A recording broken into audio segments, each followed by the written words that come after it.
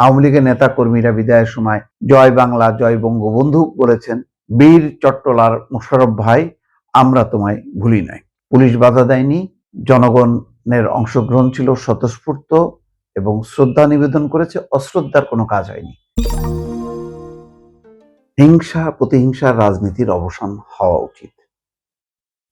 কথাটা বলছি এই কারণে, একটা খবর পড়ে খুব ভালো লাগলো। সেটা হচ্ছে সাবেক মন্ত্রী ইঞ্জিনিয়ার মোশাররফ হোসেনের শেষ বিদায়টা খুব আবেগঘন শান্তিপূর্ণ পরিবেশে অনুষ্ঠিত হয়েছে। সমর্থকরা যেমন মুহুর্মুহু স্লোগান দিয়েছেন, তেমনি তারা অশ্রু বিসর্জনও করেছেন। গুরুত্বপূর্ণ হলো যে এই জানাজায় সিটি মেয়র বিএনপি নেতা ডাক্তার সাদাত হোসেন তিনি উপস্থিত ছিলেন। তিনি কি বলেছেন সেটাও খুবই গুরুত্বপূর্ণ। বলেছেন যে ইঞ্জিনিয়ার মোশাররফ হোসেনের রাজনৈতিক জীবন ছিল বর্ণাঢ্য। বৃহত্তর চট্টগ্রামের জন্য অনেক অবদান রেখেছেন সাবেক এই মন্ত্রী। আমি মহানগর বিএনপির, চট্টগ্রাম সিটি কর্পোরেশন এবং মাননীয় প্রধানমন্ত্রীর পক্ষ থেকে গভীর শোক প্রকাশ করছি। ওনার অবদানের জন্য চট্টগ্রামবাসী ওনাকে সবসময় স্মরণে রাখবে। দেখেন, আজকে থেকে যদি সেই গণঅভ্যুত্থানের পরপর যদি ওনার আজকে এই মৃত্যুটা হতো, উনি কিন্তু এই সম্মানটা পেতেন না। আবার এটাও সত্য যে যদি রাজনৈতিক সরকার হয়তো আসার কারণেই আজকে এই সম্মানটা ওনার নিশ্চিত হয়েছে, নতুবা কি পরিস্থিতি হতো সেটা মতিয়া চৌধুরীর মৃত্যুটা চিন্তা করেন।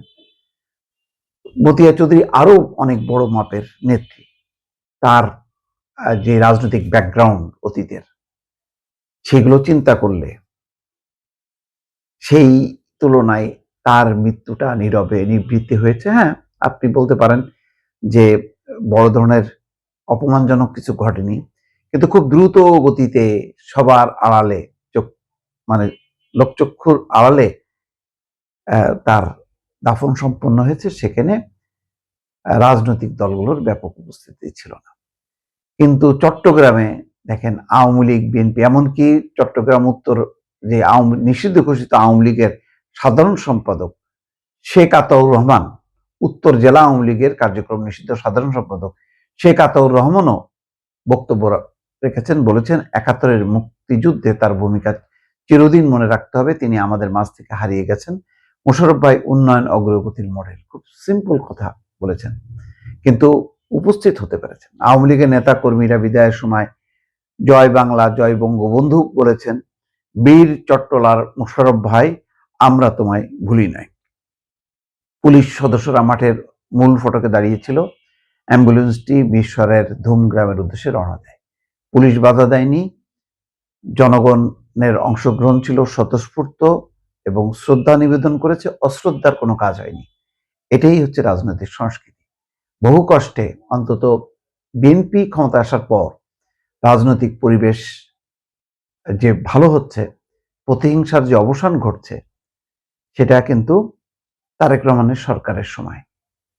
এই কৃতিত্ব দিতেই হবে।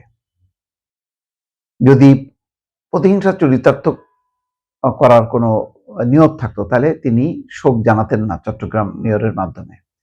তার বিদায়ের মুহূর্তটা এত চমৎকার হতো না।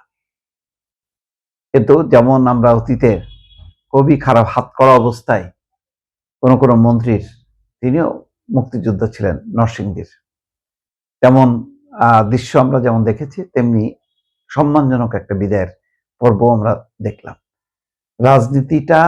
রাজনীতির জায়গায় প্রতিস্থাপন করতে গেলে যারা রাষ্ট্র ক্ষমতায় থাকে তাদেরকেই উদ্যোগ নিতে হয়। তারেক রহমানের সরকার সেই উদ্যোগ নিয়েছে বলে সবকিছু চমৎকারভাবে, মানে প্রতিহিংসার স্থান হয়নি, অশ্রদ্ধার কোনো স্থান হয়নি। কারণ যে মানুষটা এই পৃথিবী ছেড়ে চলে যাচ্ছে, তাকে অশ্রদ্ধা করে, মানে পশু প্রবৃত্তির মানে জন্ম দেয়া বা তাকে লালন পালন করার কোনো অর্থ হয় না। সেটা আজকে প্রমাণিত হলো দর্শক।